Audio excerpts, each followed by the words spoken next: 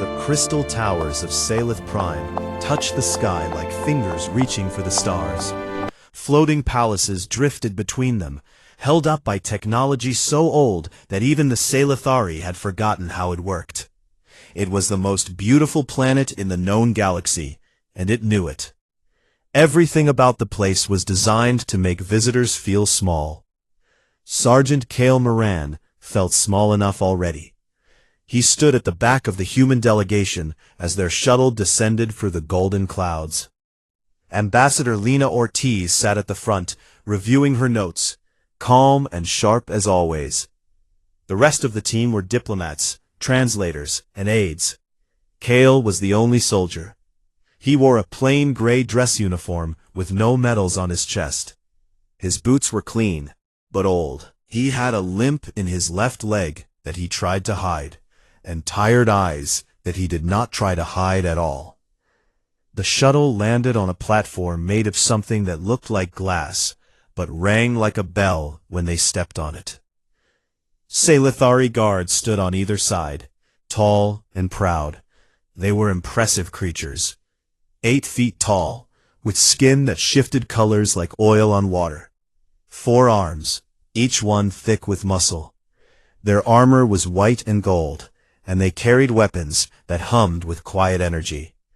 They looked at the humans the way a lion might look at a house cat. Dozens of alien delegations had come to the summit. The Ember Corridor War was threatening to pull half the galaxy into conflict, and the Salithari Emperor had called for peace talks. It was a generous thing to do, or at least it looked generous. Cale had learned long ago that generosity between nations usually came with a price tag. The first night brought the War Garden banquet. It was a Salithari tradition. Each species was given a long table in a vast open garden beneath the stars, and they were expected to display their military history. Trophies, weapons, battle flags, recordings of great victories. It was meant to show strength, to remind everyone at the peace table that they could return to war if they wanted to. The Salithari display was enormous. Captured warship hulls hung in the air above their table. Holographic recreations of famous battles played on loop. Weapons taken from defeated enemies were arranged in patterns that told stories of conquest stretching back thousands of years. The Drenari hegemony, a species of tall insectoid warriors with black shells and red eyes, had brought a tower of skulls from their enemies. It was real bone. The smell carried. Other species boasted in their own ways. The Kurath displayed genetic trophies, samples taken from the strongest warriors they had killed. And then there was the human table. A folded flag, a single datapad, nothing else. Cale stood behind the table with his hands behind his back. He watched the room. He watched the way the Drenari delegation kept looking at their communication devices. He watched the way the Fenori ambassador's tail twitched when she spoke to the Salithari general. He watched everything, and he said nothing. Princess Thyra Valsalith noticed the empty table before anyone else did. She was the Emperor's 3rd daughter, and she was everything her people valued: a warrior, a scholar, a commander. She led the Ivory Legion, the Royal Guard, and she had earned the position through combat, not birthright. Her skin glowed a soft violet in the evening light. All 4 of her hands were scarred from blade training. When she walked, people moved. She approached the human table with a smile that was not quite kind. "Is this it?" she asked, gesturing at the flag and the datapad. "Yes, Your Highness," Cale said. "No trophies? No war recordings? No weapons of legend?" "We travel light." Thyra tilted her head, her secondary arms crossed, while her primary arms rested on her hips. "I have heard that humans are a young species, that your wars are small and fought among yourselves on a single world for most of your history. Perhaps there is simply nothing worth displaying." A few nearby delegates turned to watch. A Kurath officer let out a low, rumbling laugh. Cale did not react. "Perhaps," he said. Thyra leaned closer. Tell me, soldier, why are you here? You are not a diplomat. You carry no visible rank of importance. Are you decoration? A ceremonial blade? Pretty, but dull. Laughter rippled through the nearby tables. The Drenari clicked their jaws in amusement. Even some of the human aides looked uncomfortable. Kale met her eyes. They were gold, bright, and ancient in a young face. He held her gaze for exactly 2 seconds, then looked away. I am just an observer, Your Highness, he said quietly. Nothing more. Thyra seemed almost disappointed by the lack of a reaction.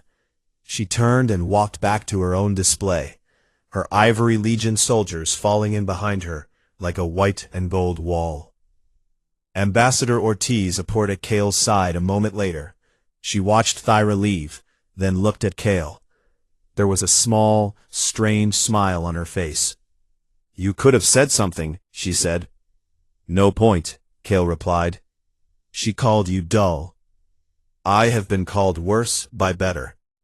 Ortiz shook her head slowly. If she knew, she whispered to her aide, not quite quiet enough for Kale to miss. If she had any idea what she was standing next to. Kale said nothing. He returned to watching the room. His eyes moved from table to table, reading body language across species, tracking conversations he could not hear. His face showed nothing. His hands were still. If you did not know who he was, you would forget him in a minute. That was the point. Across the garden, a young Salithari intelligence officer named Torvan sat at a terminal in a security room below the palace. He had been assigned to run background checks on every delegation member. Routine work. Boring work. He had processed 200 files that evening and found nothing interesting. Then he reached the file for Sergeant Kale Moran, Terran Union Military. The public layer was almost empty. Name, rank, age, blood type. A service record that listed only administrative postings and training assignments. It was the blandest file he had seen all night. Something felt wrong. The file was too clean, too empty. A man of 38 years with nothing but desk assignments did not get sent to a galactic summit as a military representative. He pushed deeper, using his security clearance to access the next layer. His screen went black. A single symbol appeared, glowing in sharp red. It was a Terran Union glyph, one he had never seen in any database. Below it, 2 words in galactic common. Black curtain. And below that, a classification level he did not recognize. Eyes above cosmic. Torvan stared at the screen. His fingers hovered over the keys. Then, slowly, he pulled his hands back and closed the terminal. He looked at the security feed, showing the war garden above. He found the human table. He found the quiet man in the gray uniform, standing alone behind a folded flag. Who are you? Torvan whispered. He simply stood there, watching the stars, looking like nobody at all. The next morning, the real negotiations began, and they went badly almost immediately.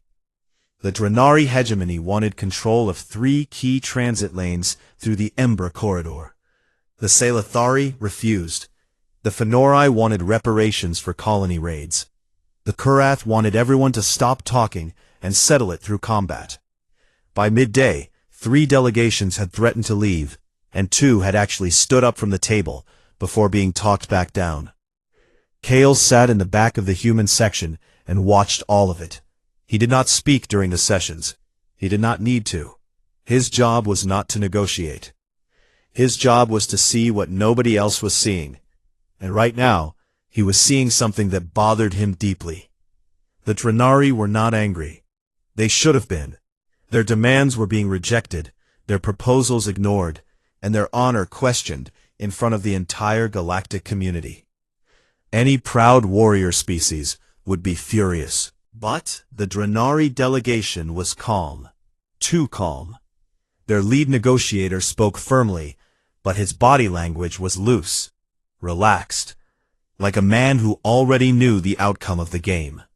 Kale had seen that look before. It was the look of someone who was not trying to win at the table, because the real victory was happening somewhere else. During a break in the session, Princess Thyra found him again. She had been watching him too, though she would not have admitted it. There was something about the human that pulled at her attention. He sat in rooms full of powerful beings, and somehow looked like he belonged there, even though he never spoke, and carried no weapon, and wore no armor. She watched him read the room during negotiations.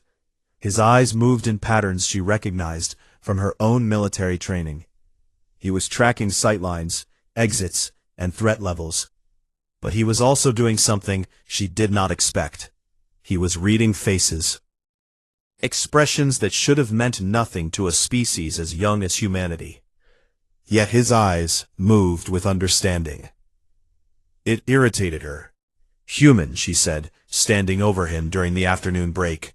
"I have been observing you." "I noticed," Kale said without looking up. "You watch the Drenari. Why?" Now he looked up. "Do you really want to know?" She sat down across from him, her forearms folded in the Salithari gesture of open challenge. "I am asking." "They are not negotiating," Kale said simply. "They are waiting." Thyra's golden eyes narrowed. "Waiting for what?" "That is what concerns me." She stared at him for a long moment. Then she shook her head. "You see threats where there are none. This is a peace summit. The Drenari are difficult, but they are not foolish." Kale said nothing. Thyra stood. "I came to offer you something. A proving circle. A friendly match. No weapons. Just skill." She paused. "Unless you are afraid." "I respectfully decline, Your Highness." Her jaw tightened. Among the Salithari, declining a proving circle was the same as admitting you were not worth the fight. She looked at him with something between contempt and confusion. "Cowardice, then," she said, loud enough for others to hear. "If that is what you need it to be," Kale replied. She walked away. Several Salithari officers nearby exchanged glances and quiet laughs. The human had confirmed what they already believed. Weak, soft, not worth their attention. That evening, Kale sat with Ambassador Ortiz in their private quarters. The room was small compared to what the other delegations had been given. Humans did not rate high on the Salithari guest list. "The Drenari are stalling," Kale said. He stood at the window, looking out at the stars. "Their negotiation posture does not match their military posture. They have been making supply requests through civilian channels that do not match a diplomatic mission. Too much fuel, too many medical supplies. They are preparing for something." Ortiz put down her datapad. "You think they're planning an attack? Here? At the summit?" "Not just an attack. A decapitation strike. Every major military leader and head of state from 6 species is on this planet right now. If someone wanted to end 5 governments in one night, this would be the place to do it." Ortiz stared at him.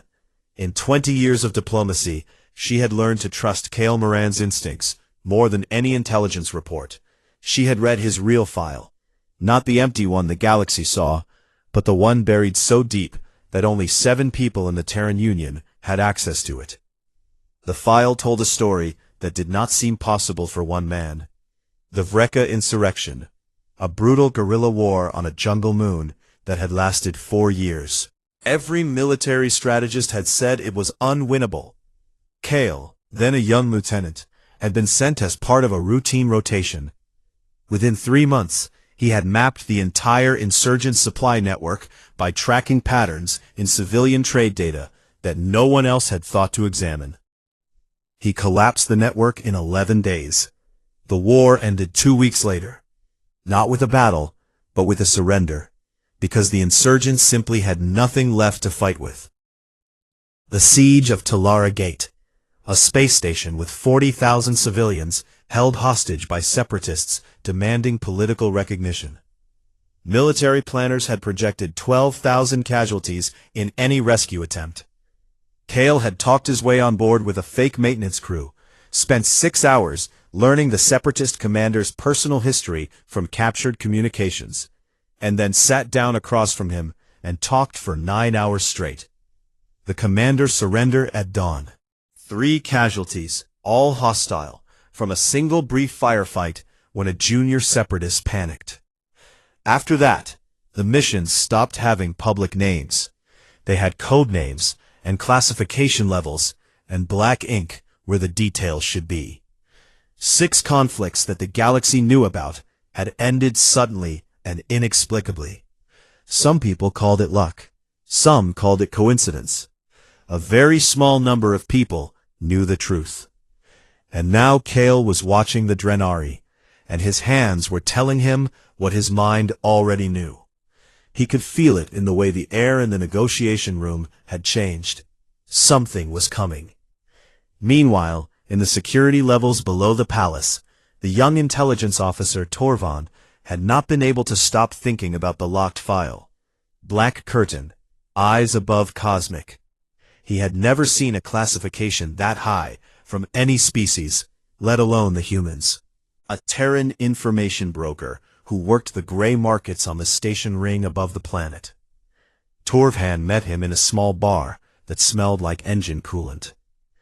"I need information on a human soldier," Torvhan said. "Sergeant Kale Moran." The broker was a heavy-set man with a cybernetic eye and a permanent look of mild amusement. When he heard the name, the amusement disappeared. He put down his drink. His real eye went wide. The cybernetic one flickered. "No," the broker said. "I can pay." "There is not enough money in this system." The broker stood up. "Stop looking. I mean it. For your own sake and mine." "Why? What is he?" The broker leaned close.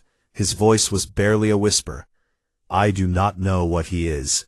But I know that the last person who dug into that name woke up with every file they had ever owned erased, and 2 Terran agents sitting in their living room. And those were the lucky ones." He left without finishing his drink. Torvon sat alone in the bar for a long time. Then he pulled up the summit security feeds on his personal device and found Kale Moran again. The human was sitting on a balcony, alone, staring at the stars. In the low light, Torvon could see something he had not noticed before. The man's hands were shaking, just slightly, a tiny tremor that he kept hidden during the day. And in his hands he held a small photograph. Old paper, not a digital image. The picture showed a woman with dark hair and a young girl with her mother's eyes. They were laughing. Kale looked at the photograph for a long time. Then he pressed it against his chest and closed his eyes. "One more," he whispered to the empty air. "Just one more, and I am done." The stars above him burned in silence, offering no answer and no promise. On the 4th morning, Kale stopped watching and started talking. He requested a private meeting with the Salithari Military Council. Ambassador Ortiz backed him. The Salithari agreed, mostly out of curiosity. A human soldier asking for time with the most powerful military minds in the galaxy was unusual enough to be entertaining. The war room was deep inside the palace, carved from the same crystal that made up the towers above. A massive holographic display floated in the center, showing the entire star system in glowing blue light. Around the table sat 6 Salithari generals, 2 admirals, and Princess Thyra, who commanded the Ivory Legion and had every right to be there. Kale walked in alone. He carried nothing but a small datapad. He was the smallest person in the room by nearly 3 feet. No one offered him a seat. "Thank you for your time," he began. "I will keep this short. The Drenari hegemony has positioned a hidden fleet behind the gas giant in the outer orbit of this system. They are not here to negotiate. They are here to destroy every leader in this room and every delegation at this summit in a single strike." Silence filled the room. Then one of the admirals laughed. It was a deep rumbling sound that shook the crystal walls. "Human," the admiral said. "Our sensor arrays cover every grain of dust in this system. There is no hidden fleet." Your sensors are looking for energy signatures and drive emissions, Kale said. The Drennery fleet is running cold.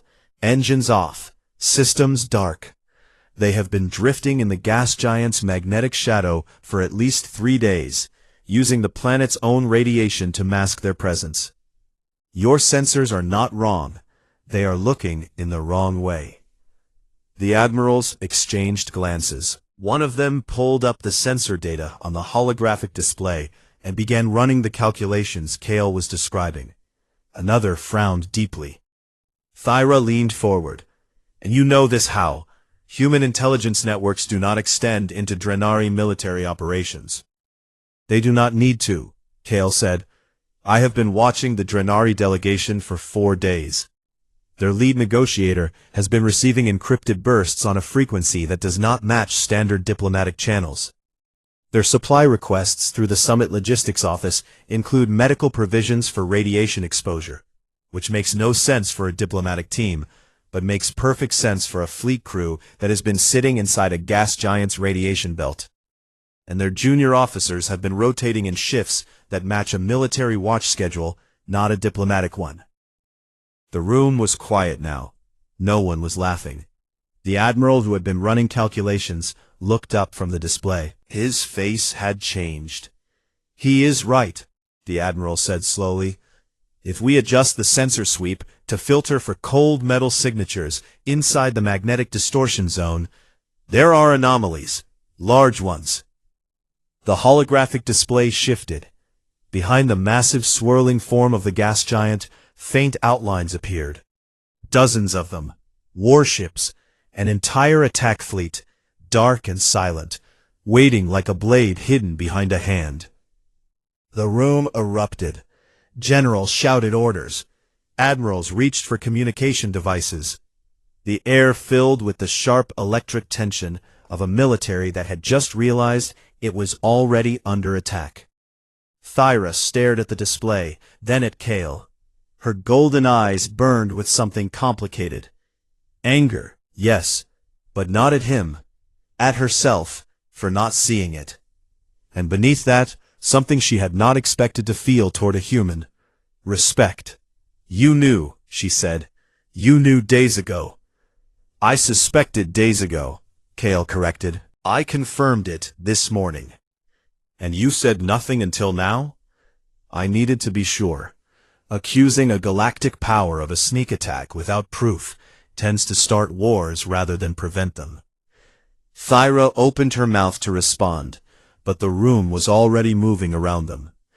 The Salithari defense fleet was being scrambled. Communication arrays were being activated. But then the signals officer at the far console shouted something that made everyone stop. Long-range communications are jammed.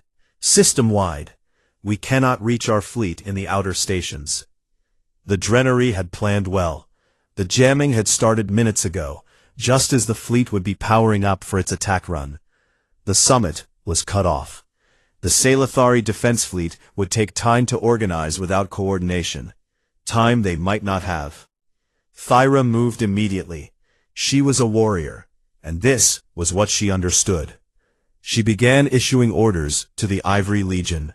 Defense positions around the palace. Evacuation routes for the delegations. Shield generators at full power. She was calm, efficient, and completely ready to fight and die for the people under her protection. Whatever Kale thought of her pride, he could not deny her courage. But he also knew that courage alone would not stop what was coming. A battle above Salith Prime would kill thousands on both sides and shatter the peace process beyond repair. Even if the Salithari won, the galaxy would see it as a massacre. Trust between species would collapse. The Ember Corridor War would explode into something 10 times worse. Kale stepped to the center of the war room. He was surrounded by beings that could break him in half without trying. His voice was not loud, but it carried. You are preparing to fight, he said. That is your first mistake. Every Salithari in the room turned to look at him. The Drenari fleet is commanded by Fleet Commander Vreth Kodan, Kale continued. He is a career officer from the Kodon Brood clan, which has been losing political power inside the hegemony for 3 generations. He was given this mission not because the hegemony expects it to succeed, but because they expect him to die carrying it out. He is a political sacrifice, a loose end being cut. Thyra stared at him. How do you know this? Because I have spent the last 6 months studying every Drenari commander in active service. I came to this summit knowing that something like this was possible. The hegemony's internal politics are fracturing. This attack is not about the Ember Corridor. It is about one faction inside the Drenari government eliminating a rival by sending him on a suicide mission disguised as a military operation. The room was completely still. Kodon does not want to die here, Kale said. He is not a fanatic. He is a soldier following orders because he believes he has no other choice. If we fight him, he will fight back, because that is all he has left. Thousands will die, and the war will get worse. But if we give him another option, a way out that does not require his death or his dishonor, he will take it. One of the generals slammed a fist on the table. You want us to negotiate with an enemy fleet that is about to attack us? No, Kale said. I want you to let me do it. You, one human in one unarmed shuttle, flying directly to the Drenari flagship. Thyra shook her head. That is suicide. His eyes were steady. But somewhere deep behind them, she could see something she had not noticed before. A tiredness that went beyond the body. A weariness that lived in the bones and the soul. It usually is, he said quietly, and yet here I am. The room fell silent. The generals looked at the admirals looked at Thyra. And Thyra, for the first time since she had met this strange, quiet man from a small blue world, did not know what to say. Ambassador Ortiz spoke from the doorway. No one had noticed her enter. Let him go, she said. Her voice was calm and carried absolute certainty. I have seen him do this before. Not once, not twice. Every single time, people in this room would have said it was impossible. And every single time, he walked out alive, and the war was over. Kale picked up his datapad and walked toward the door. The shuttle was the smallest craft in the human delegation's hangar. It had no weapons, no shields worth mentioning, and a hull so thin that a single Drenari cannon shot would turn it into vapor. It was, by every military standard in the galaxy, not a vehicle you flew toward an enemy fleet. Kale flew it anyway. The HFY War Room watched on a tactical display as the tiny human shuttle left the palace landing platform and climbed through the golden atmosphere of Salith Prime. It passed through the orbital defense perimeter, where confused HFY gunners tracked it but held their fire on Thyra's direct order. Then it crossed into open space, heading straight for the gas giant, where an entire Drenari attack fleet waited in the dark. Thyra stood at the front of the war room, her 4 hands gripping the railing so tightly that the metal groaned. Around her, generals and admirals watched in silence.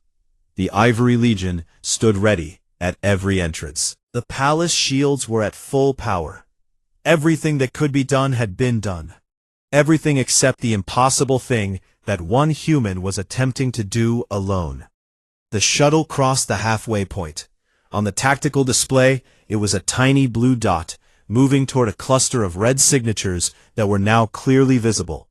The Drenari fleet had begun to power up. 47 warships, including 3 heavy destroyers and a command carrier. Their weapon systems were coming online. They had detected the shuttle. Every weapon in the fleet locked onto Kale's ship. In the shuttle cockpit, warning alarms screamed. The targeting display was solid red. 47 targeting locks. Kale reached over and turned the alarms off. The silence that followed was almost peaceful. He opened a communication channel, not an encrypted one, not a military frequency. An open broadcast that every ship in the fleet, and every delegation on the planet could hear. He spoke in Drenari. The war room went still. The Salithari translators scrambled to keep up.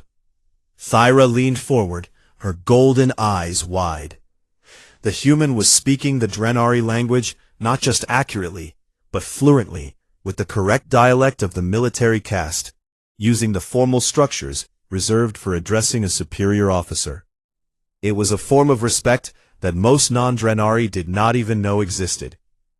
"Fleet Commander Vreth Kodan," Kale said. "I am Sergeant Kale Moran of the Terran Union. I am unarmed. I am alone. I am requesting permission to board your flagship for a private conversation." Silence on all channels. The fleet did not fire, but it did not respond either. Kale waited. He counted his own heartbeats. He had done this before. Different ships, different species, different wars. The waiting was always the worst part. In the waiting, the body remembered that it wanted to live, and the mind had to remind it that some things mattered more. The channel crackled. "Human." The voice was deep and sharp, like stone scraping stone. "Fleet Commander Kodan, you fly an unarmed shuttle into the targeting range of 47 warships. Either you are the bravest creature in this galaxy, or the most foolish." "I have been told I am both, Commander." A long pause. Then, "You may board." The shuttle docked with the Drenari command carrier. The docking bay was vast and dark, filled with the sharp chemical smell of Drenari atmosphere. Armed soldiers lined both walls, their black shells gleaming, their red eyes tracking every movement. Kale walked between them without hesitation. He did not reach for a weapon he did not carry. He did not flinch. He walked the way he always walked, steady, quiet, and certain. It was a cathedral of dark metal and red light. Screens covered every surface, showing tactical data, fleet positions, and the bright jewel of Salith Prime hanging in the distance. Fleet Commander Kodan stood at the center. He was massive even by Drenari standards. His black shell was scarred from dozens of battles, and his red eyes held the sharp intelligence of a career soldier who had survived more than most. He studied Kale the way a scientist studies something unexpected under a microscope. "Speak," Kodan said. Kale looked at the bridge crew around them. 30 officers, all armed, all listening. He met Kodan's eyes.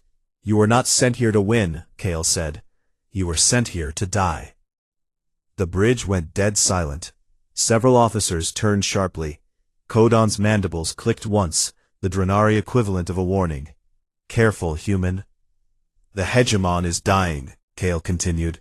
"The internal succession is already underway. Your brood clan, the Kodan line, has been identified as a threat to the faction that controls the transition. This mission was designed to eliminate you. If you succeed, the attack on the summit will bring the entire galaxy down on the hegemony, and your brood clan will be blamed for starting a war the hegemony cannot win. If you fail, you die here, and the same faction claims you acted alone as a rogue commander." He paused. "Either way, your family is erased. You were never meant to go home." The silence on the bridge was absolute. Kale could hear the hum of the ship's engines far below. He could hear his own breathing. Kodan stared at him. The commander's scarred shell seemed to tighten, the way Drenari bodies did, under extreme stress. His red eyes burned. "How do you know this?" Kodan whispered. "Because it is my job to know," Kale said. "Not to fight wars, Commander. And I cannot do that if I do not understand why they start." Back in the Salithari war room, Thyra watched the audio feed. She could not see what was happening on the bridge, but she could hear every word. The translators worked in real time, converting the Drenari into Galactic Common. She listened as this quiet, limping, undecorated human soldier dismantled the entire political machinery behind the Drenari attack, with nothing but words. He did not threaten, he did not bluff. He laid out the truth the way a surgeon opens a wound, precise and painful and necessary. And for the first time, she understood what she was seeing. Kale Moran was not a warrior. He was not a diplomat. He was something her culture did not have a word for. A person who understood violence so completely, so deeply, that he could take it apart from the inside. He did not fight wars. He unmade them. On the Drenari Bridge, Kodan was silent for a long time. When he finally spoke, his voice was rough. "What do you want, human?" Kale said simply. "I want you to live," Kale said simply. "I want your brood clan to survive. I want this fleet to stand down, and I want you to return to the summit not as an attacker, but as a witness. You have evidence of what the ruling faction planned. Internal orders, communication logs, mission parameters that prove you were set up. If you share that evidence with the galactic community, the faction that tried to use you will be exposed. Your people will have a chance at real change, and this war will end before it begins. You are asking me to betray my government. I am asking you to save your people from a government that already betrayed you." Another long silence. The bridge crew looked at their commander. Some of them had known. Some had suspected. Now the truth was in the open air, and it could not be taken back. A young officer at the weapons console suddenly moved. His hands flew across the controls. Kale saw it a heartbeat before it happened. The officer was a loyalist, a true believer, and he was going to fire on the summit. Kodan moved faster.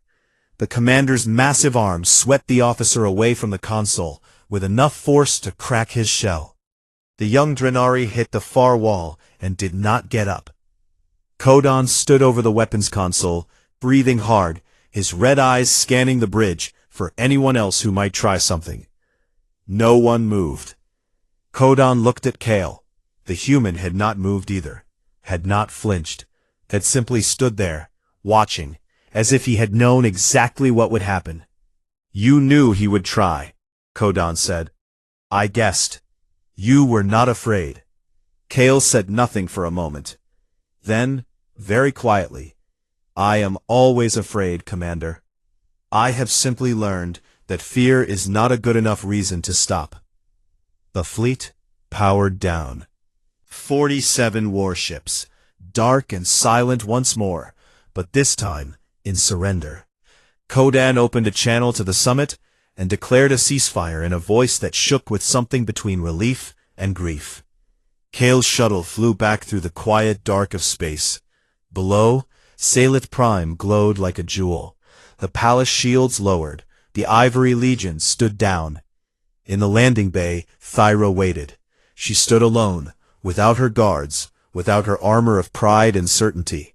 When the shuttle doors opened and Kale stepped out, she looked at him not as a princess, examining something beneath her, but as a soldier, recognizing something above. He looked terrible, exhausted. His limp was worse. His hands were shaking again, and this time he did not try to hide it. "I called you dull," she said. Kale looked at her. A ghost of a smile crossed his face, there and gone like a breath of wind. "The sharpest blades do not need to gleam, Your Highness." He walked past her, slow and heavy, and disappeared into the corridor. That night, alone in her chambers, Thyra accessed the most secure terminal in the Salithari Empire. She used her royal clearance, the highest level available to anyone outside the Emperor himself, and she pulled the classified human file. The black curtain designation opened. She read. The color drained from her luminous skin. The file did not list 6 ended conflicts. It listed 14.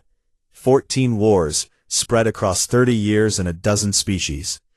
Wars that the galaxy believed had ended due to natural causes, economic collapse, plagues, political shifts, or what some cultures had called the will of their gods. All of them were one man. One quiet, limping, shaking man in a plain gray uniform, who carried no medals and no weapons, and nothing but a photograph of a woman and a child he could never hold again. Thyra closed the file. She sat in the dark, for a very long time. And for the first time in her life, she felt truly small. Not because she had been made to feel that way, but because she finally understood how much she had failed to see. The Ember Corridor ceasefire was signed on the 5th day of the summit, and this time it was real. It was not a polite agreement made of soft words and careful promises. It had teeth. It had enforcement clauses, and joint military patrols, and trade agreements that would make another war more expensive than any species could afford. It was the kind of peace that actually lasted, because it was built not on trust, but on mutual need. Kale's name appeared nowhere in the document. That was how he wanted it. The Drenari delegation was restructured overnight. Fleet Commander Kodan and his officers were granted protected asylum at the summit under a joint species guarantee, exactly as Kale had promised. The evidence they carried, internal orders, encrypted communications, and mission parameters from the hegemony's ruling faction, was shared with every delegation. The truth hit the galactic community like a hammer. Within hours, the Drenari hegemony was fracturing from within. Reformist voices that had been silenced for decades suddenly had proof of what their government had been doing. Kodan, the commander who had almost destroyed the summit, became the most powerful voice for change inside his own species. The other delegations watched all of this happen with a strange, unsettled feeling. They had come to the summit expecting the usual game of threats and compromises. Instead, they had watched a single human walk unarmed into an enemy fleet and return with peace in his hands. It was not the kind of thing that fit neatly into anyone's understanding of how the galaxy worked. On the final morning, the Salithari Emperor requested a private audience with Kale. The Emperor was ancient.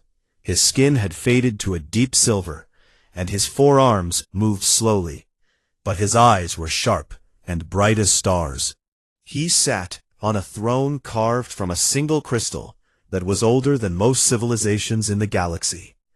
Around him, the throne room stretched out in every direction, vast and silent, and filled with the ghosts of 10,000 years of Silithari history. Kale walked in alone. He did not bow. Humans did not bow to foreign leaders, and the Emperor did not expect it. Instead, Kale stood straight and met the Emperor's gaze the way one tired old man meets another. "I have watched the recordings," the Emperor said. "Every moment, every word. I have seen many remarkable things in my long life, Sergeant Moran. I have never seen anything quite like what you did." "I just talked, Your Majesty. Talking is not remarkable." The right words, at the right time, to the right person, with a full fleet pointed at your heart. The Emperor's silver lips curved. "That is very remarkable. Do not insult us both by pretending otherwise." Kale said nothing. The Emperor raised one of his 4 hands. An aide stepped forward, carrying a box made of white crystal. Inside it, resting on a bed of silk, was a medallion shaped like a star with 1,000 facets, each one catching the light differently. The Star of Salith, the highest military honor the Salithari could give. In 10,000 years, it had never been awarded to anyone outside their species. "I offer you the Star of Salith," the Emperor said, "for service to our people and to peace." Kale looked at the medallion. It was beautiful. It was also the kind of thing he had spent his whole life avoiding. Medals meant attention. Attention meant questions. Questions meant that the next time he needed to be invisible, he would not be. "I am honored, Your Majesty," he said, "but I must respectfully decline." The Emperor did not seem surprised. "I expected you would. Is there anything else I can offer? Name it." Kale hesitated. It was the first time anyone at the summit had seen him hesitate about anything. Then he spoke, and his voice was quieter than usual. "A memory crystal," he said. "I have heard that Salithari memory crystals can preserve a single moment perfectly. Every detail, Every sensation, every feeling, exactly as it was.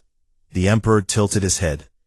You want a memory crystal instead of the highest honor in our civilization? Yes. What moment do you wish to preserve? Kale looked at the throne room around him.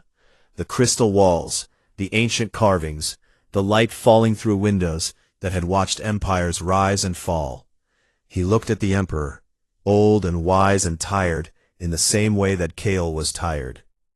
This one, he said, the moment a war ended before it began, so that, on the days when I forget why I keep doing this, I have something to hold on to.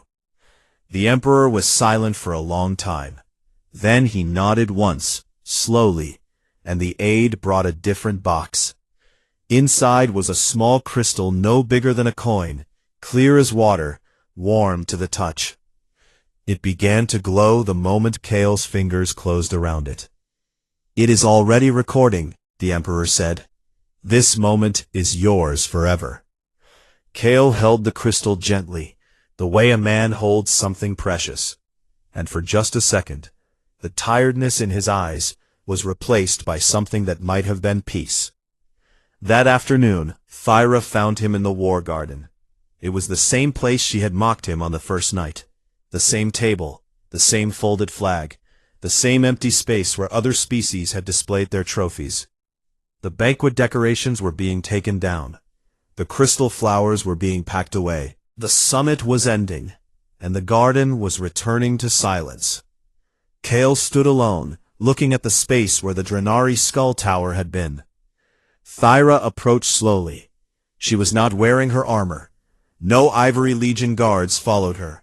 She wore a simple violet robe, and her forearms were unfolded at her sides, open and unguarded. Among the Salithari, it was the posture of complete vulnerability. She stopped 3 paces away and looked at him. He turned to face her. Without speaking, Thyra raised all 4 of her hands to her face, palms outward. She pressed them against her eyes, covering them completely. Then she lowered them slowly and opened her eyes as if seeing the world for the first time. The vow of misjudgment. It was one of the oldest rituals in Salithari culture, rarely performed and never performed lightly. It meant, I was blind. I see you now. I was wrong. He nodded once. You do not have to do that, Your Highness. Yes, I do. Her voice was steady, but her golden eyes were bright. I looked at you and saw a small, quiet man with no trophies and no weapons. I thought you were nothing. I was foolish, and I was cruel, and I am ashamed of it. You were not cruel. You were honest about what you saw. I work very hard to look like nothing. It would be unfair of me to blame you for believing it. Thyra shook her head. I read your file. Kale's expression did not change, but something shifted behind his eyes. A wall going up, or perhaps a wall coming down. It was hard to tell. 14, she said quietly. 14 wars. 14 that they counted. She stared at him. There are more? He did not answer that. They stood together in the garden as the last of the decorations came down. After a while, Thyra asked the question that had been burning in her mind since she read the file. How, she asked, how does one species produce someone like you? Kale looked out at the stars. They were just beginning to appear in the darkening sky above the crystal towers, faint and distant and older than everything. Humans are not the strongest species, he said. We are not the fastest or the oldest or the most advanced. We die easily. Our bodies break. Our lives are short. He paused. But we carry our dead with us everywhere we go. Every person we have lost, every war we have survived, every child that never grew up, it stays with us. It sits in our chests, and it does not let us rest. He touched the pocket where the photograph lived. Every loss makes us more desperate to make sure it meant something, that the people we buried did not die for nothing. And that desperation makes us do things that should not be possible. We walk into places we should not walk. We talk to people who want to kill us. We keep going when every rational thought says to stop. He looked at her. That is not strength, Your Highness. It is stubbornness. And it is the most dangerous thing in the galaxy. Because you can defeat a strong enemy. You can outsmart a clever one. But you cannot stop someone who simply refuses to quit, no matter how many times they are broken. Thyra was quiet for a long time. The garden was empty now, except for the two of them and the stars. "Will you rest now?" she asked. "I will try." 6 months later, on the other side of the galaxy, Thyra Valsalith stood before the Ivory Legion and announced a new training discipline. It was not a new weapon system or a new combat technique. It was a course in understanding, in listening, in learning to see the enemy not as a target to be destroyed, but as a problem to be solved. It was controversial. Some of the older officers called it weak. Some called it human. Thyra called it the Moran Doctrine, and she did not care who disagreed. On Earth, on a quiet stretch of coast, where the waves were slow and the sky was wide, Kale Moran sat on the porch of a small house. The house was old and simple. It needed paint. The garden was overgrown. But the view of the ocean was endless, and the sound of the waves was the closest thing to silence he had ever found. The memory crystal sat on the table beside him, glowing faintly with a warm, steady light. The photograph of his wife and daughter leaned against it. His hands were still. For the first time in longer than he could remember, they were not shaking. He sat there for a long time, listening to the sea and the wind and the distant cry of birds, and he let himself believe that maybe this was enough. Maybe he had earned this small, quiet piece of the world. Then a message arrived. A soft chime on the old communication device he kept on the kitchen counter. He almost did not check it. Almost. The message was from Thyra. "Another war is brewing on the outer rim. The delegations are gathering. They have asked for you by name. Not as a soldier, not as a diplomat, as something new. They are calling you a peacebreaker. Will you come?" Kale read the message twice. He set the device down. He looked at the photograph of his wife and daughter. He looked at the memory crystal, still glowing with the light of a moment preserved forever. He looked at the sea, vast and quiet and free.